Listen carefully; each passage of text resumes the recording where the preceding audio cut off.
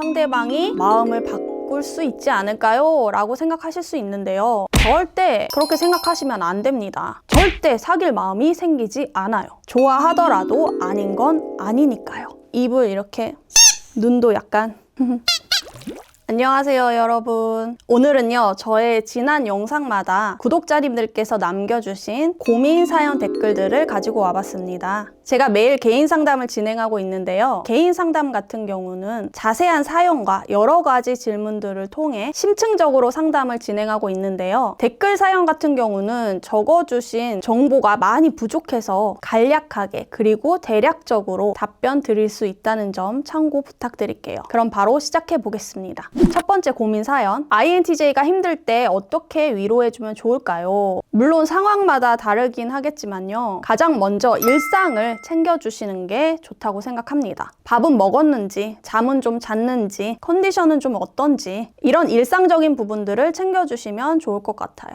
이런 식의 위로 방법은요, 꼭 INTJ 그리고 MBTI를 떠나서 대부분의 사람들에게 도움이 될 만한 위로 방법이라고 생각합니다. 힘들 때는 누구나 일상을 놓치기가 쉬워요. 밥도 잘 못 먹을 테고 잠도 잘 못 자겠죠. 그럴 때 곁에서 안부를 물어봐 주시면서 같이 밥이나 먹으러 가자라고 하면서 밖으로 데려 나가시던지, 잠이 잘 오도록 같이 뭐 운동이나 할까 하면서 산책이라도 같이 하신다든지, 그런 식으로 일상을 회복할 수 있도록 도움을 주시면 좋을 것 같아요. 또 너무 그 힘든 일에 관련해서 깊이 파고들지 않도록, 물론 이미 파고들고도 남았겠지만 상대방이 먼저 이야기를 꺼내지 않는 이상 너무 심각하게 깊이 꼬치꼬치 캐묻는 행동은 좋지 않다고 생각합니다. 힘들어하는 상대방이 먼저 이야기를 꺼내고 싶어 하거나 이야기를 먼저 꺼낸다면 그때 잘 들어주시면 됩니다. 적절한 위로의 말과 함께요. 그렇게 잘 들어주시는 것만으로도 큰 힘이 될 거라 생각합니다. 또 앞뒤 없이 무조건적인 힘내, 잘 될 거야, 이런 말들은요 사실 그렇게까지 큰 도움이 되지 않습니다. 또 상대방은 너무 힘든 상황인데 기분 전환을 시켜주겠다면서 신나는 곳에 가자고 한다거나, 이럴 때일수록 즐겁게 텐션을 끌어올려야 한다면서 무너져 있는 상대방을 억지로 잡아 일으켜 세우는 것도 좋지 않습니다. 무조건적인 긍정 회로는 힘든 상황에 처해 있는 사람에게 불쾌감을 줄 수도 있어요. 나는 이렇게 힘들고 심각한데 너는 뭐가 그렇게 재밌냐? 이렇게 생각할 수도 있습니다. 억지로 힘내라고 하시는 것보다는 상대방이 스스로 천천히 회복할 수 있도록 일상을 잘 챙겨주시면서 곁에서 묵묵히 있어주시는 게 가장 좋은 위로 방법이 아닌가 생각합니다.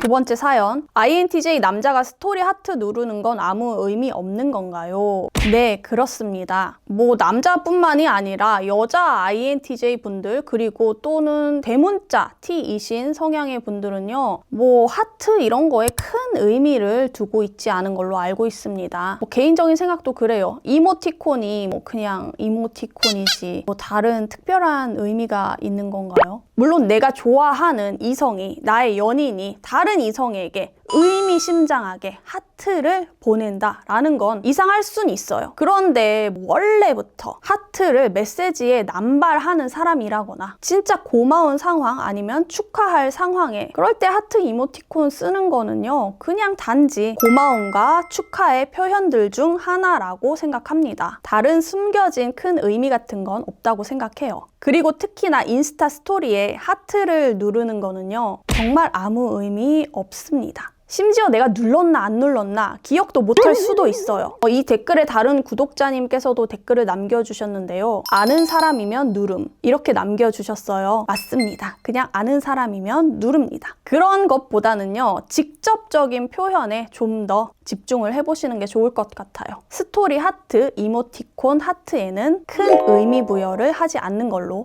세 번째 사연, INTJ의 바운더리 안에 들어있다는 것은 어느 순간부터 확실해졌는데 말씀하신 것처럼 연인과 친구에게 공개하는 공간이 다르지 않아 어떨 때 사귀고 싶은 대상인지 알 수 있고 어떤 기준으로 연인을 만나는지 궁금합니다. 쉽게 말해 INTJ의 바운더리 안에 있는 사람과 연인을 사귀는 기준이 무엇이 다른지에 대해서 궁금해하시는 것 같아요. INTJ가 정해놓은 이성에 대한 기준치에 완전히 부합할 때, 이 기준치는 INTJ더라도 사람마다 정해놓은 기준치가 다 다르겠죠. 내가 정해놓은 이 육각형에 꽉 차는 사람일 경우 사귀고 싶은 사람이다 라는 생각을 할 수 있습니다. 또 이성적인 매력이 느껴져야겠죠. 이성적 매력의 조건 역시 INTJ가 정해놓은 기준치에 딱 들어맞아야 합니다. 만약에 생각하고 있는 기준이 10가지라고 치면 이 10가지 중에 단 한 가지가 부족하다 하더라도 얼마든지 사귈 수 있는 분들이 계실 거라고 생각해요. 하지만 INTJ는요, 성향상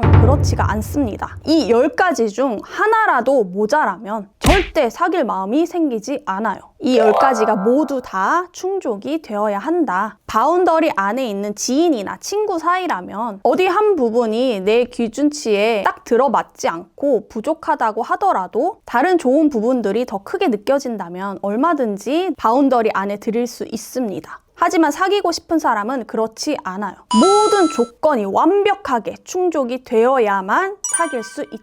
이런 차이점이 있습니다. 네 번째 사연, INTJ 여성이랑 사귀고 있는 남자입니다. 저는 동의하지 않는데 자꾸 이것저것 저에 대한 칭찬을 많이 해줍니다. INTJ 여성분들은 객관적인 칭찬을 잘 하는 편인가요? 아니면 좋아하면 콩깍지가 잘 쓰이는 편인가요? 사랑에 빠지면 누구나 콩깍지가 쓰이겠죠. INTJ가 연인에게 칭찬을 많이 한다는 건요, 애정 표현의 하나라고 생각해 주시면 좋을 것 같아요. 그렇다고 해서 없는 칭찬을 굳이 만들어 가면서까지 하진 않습니다. 말도 안 되는 칭찬은 거짓말을 하는 거죠. 객관적인 사실에 근거하여 칭찬을 한다. 뭐 여기에 조금 사심이 들어갈 순 있어요. 좋아하니까. 그런데 그게 막 그렇게 터무니없는 칭찬은 아닐 겁니다. 좋아하더라도 아닌 건 아니니까요. 다섯 번째 사연, INTJ가 예쁘다고 하면 진짜 예쁜 거예요? 누가 봐도 예쁘다. 정말 예쁘게 생긴 사람이다. 그러면 예쁘다라고 할 수 있습니다.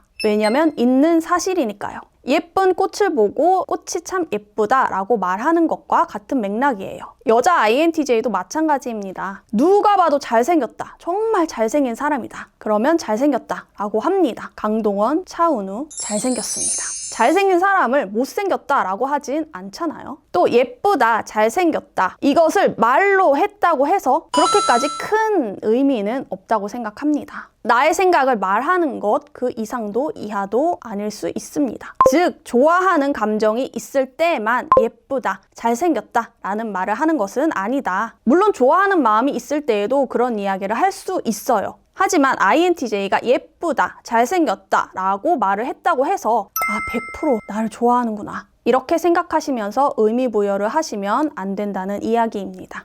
화나신 것 같아요.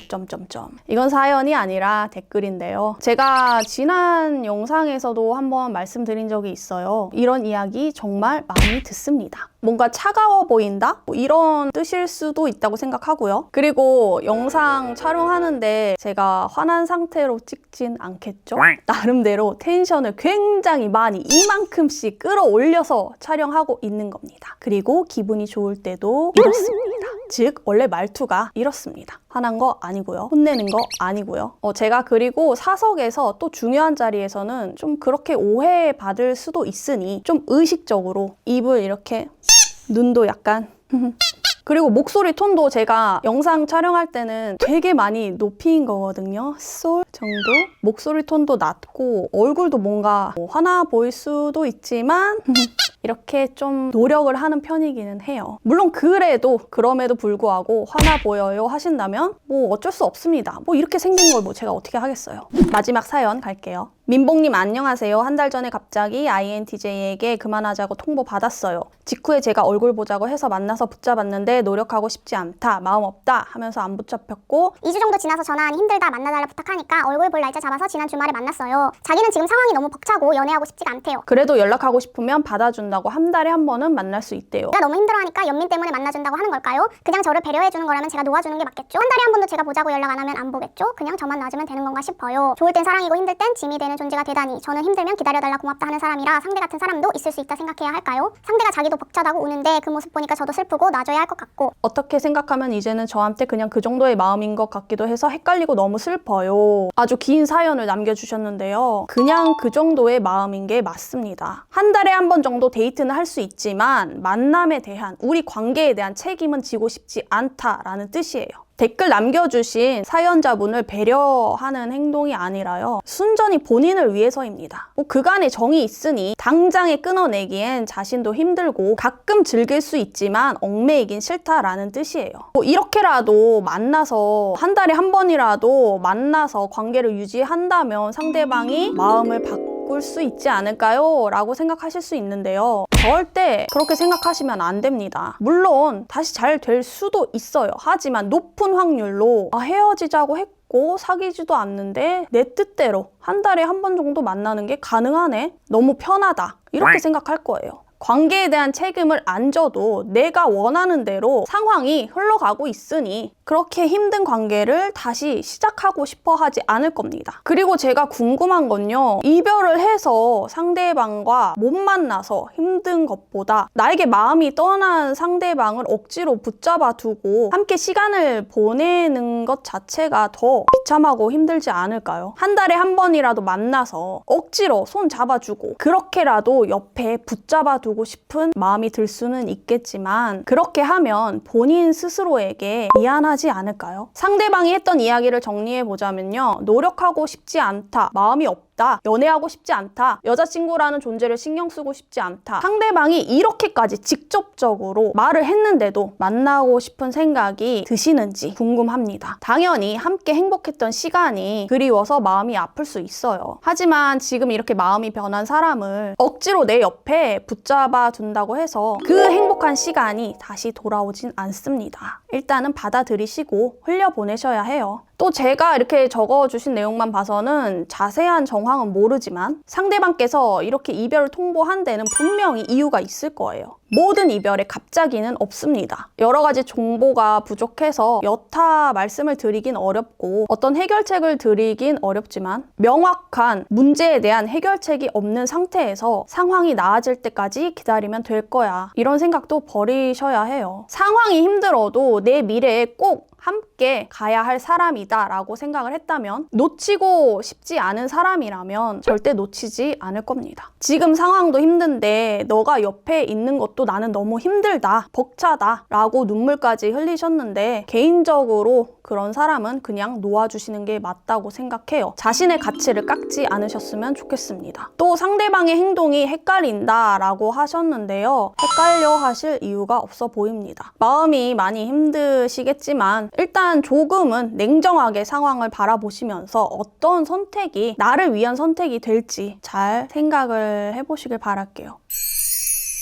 오늘 준비한 영상은 여기까지고요. 댓글로 또 사연을 많이 남겨주시면 제가 하나씩 모아서 추후 영상으로 만들어서 가져와 보도록 하겠습니다. 또 보고 싶으신 영상이 있으시다면 댓글로 의견 많이 남겨주세요. 컨텐츠 제작에 참고하도록 하겠습니다. 개인 상담이 필요하신 분들께서는 영상 아래 더보기란 참고해 주시면 좋을 것 같습니다. 그럼 저는 또 다음 영상에서 만나 뵐게요. 안녕.